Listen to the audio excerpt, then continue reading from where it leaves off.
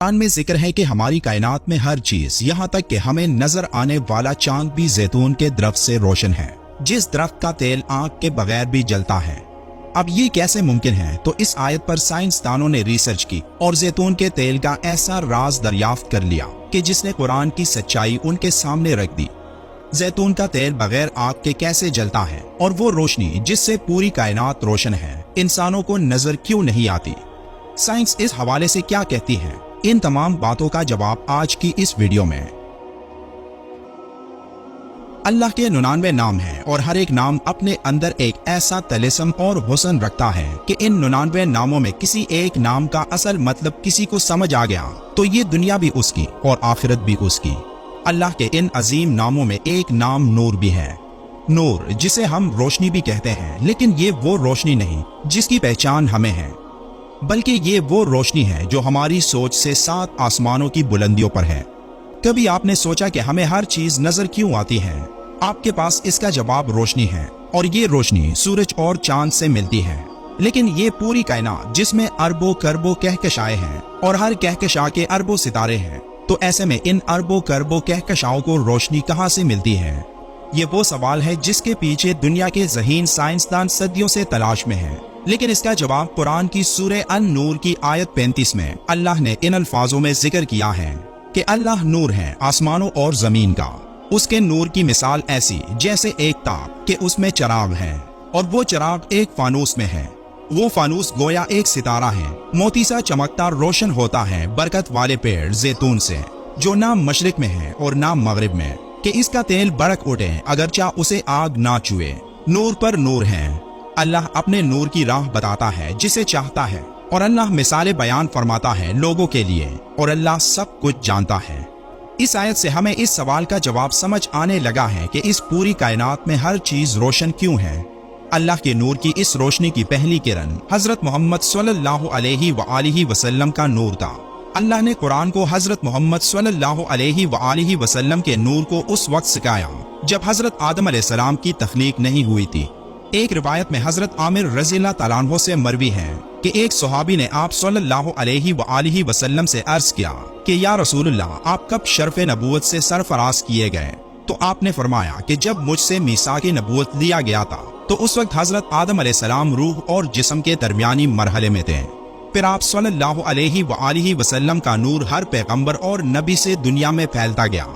वो दुनिया जो इस कायनात में मौजूद हमारे सोलर सिस्टम के एक महफूज ताक में वाक़े है। इस सूरत में आयत 24 से आयत 35 तक 4 बार नूर का जिक्र किया गया। पहला नूर वो है जो अल्लाह के 99 नामों से जाहिर हुआ। दूसरा नूर हजरत मोहम्मद सल्लल्लाहु अलैहि वसल्लम का नूर जिक्र फरमाया। तीसरा नूर कुरान, और चौथा नूर हजरत आदम अलैहिस्सलाम से हजरत मोहम्मद सल्लल्लाहु अलैहि वसल्लम तक इस दुनिया में हिदायत की सूरत फैलने वाला नूर है। इस आयत के शुरू में अल्लाह ने जिक्र किया कि अल्लाह के नूर की मिसाल ऐसी है गोया एक ताक। इस आयत में ताक का मतलब इस कायनात में हमारी जमीन है। फिर फरमाया कि इस ताक में एक चिराग है। यहाँ चिराग का मतलब हजरत मोहम्मद सल्लल्लाहु अलैहि वसल्लम का नूर है, जो अल्लाह के नूर की पहली रोशनी है और जिससे ये तमाम आलम रोशन है। फिर जिक्र है कि वो चिराग एक शीशे के फानूस में है। यहाँ ये शीशा वो लेयर्स हैं जो हमारी जमीन के गिर्द मौजूद हैं और जिनका काम जमीन को सूरज की खतरनाक शुआओं और बड़े बड़े शहाब साकिब से महफूज रखना है। फिर फरमाया कि अल्लाह के इस नूर के चिराग को जैतून के मुबारक दरख्त से रोशन किया जाता है। यहाँ दरख्त से मुराद वो इल्म है जो अल्लाह ने हजरत आदम अलैहिस्सलाम को दिया था।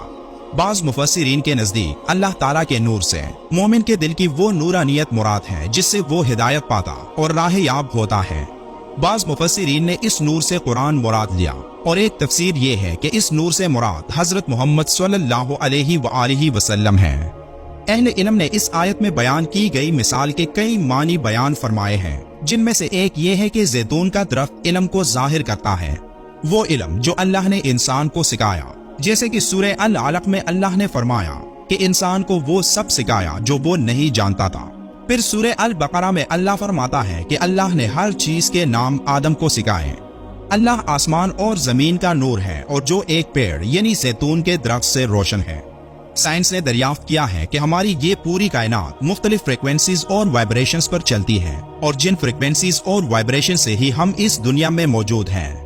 साइंसदानों का मानना है कि एक इंसानी जिस्म 260 वाइब्रेशंस पर सेकंड तक फ्रीक्वेंसी बर्दाश्त कर सकता है, जबकि एक तंदुरुस्त इंसान के जिस्म की वाइब्रेशनल फ्रीक्वेंसी 62 से 70 मेगाहर्ट्ज के दरमियान होती है, जबकि नबाताती तेल में सबसे ज्यादा वाइब्रेशनल फ्रीक्वेंसी 320 मेगाहर्ट्ज तक होती है।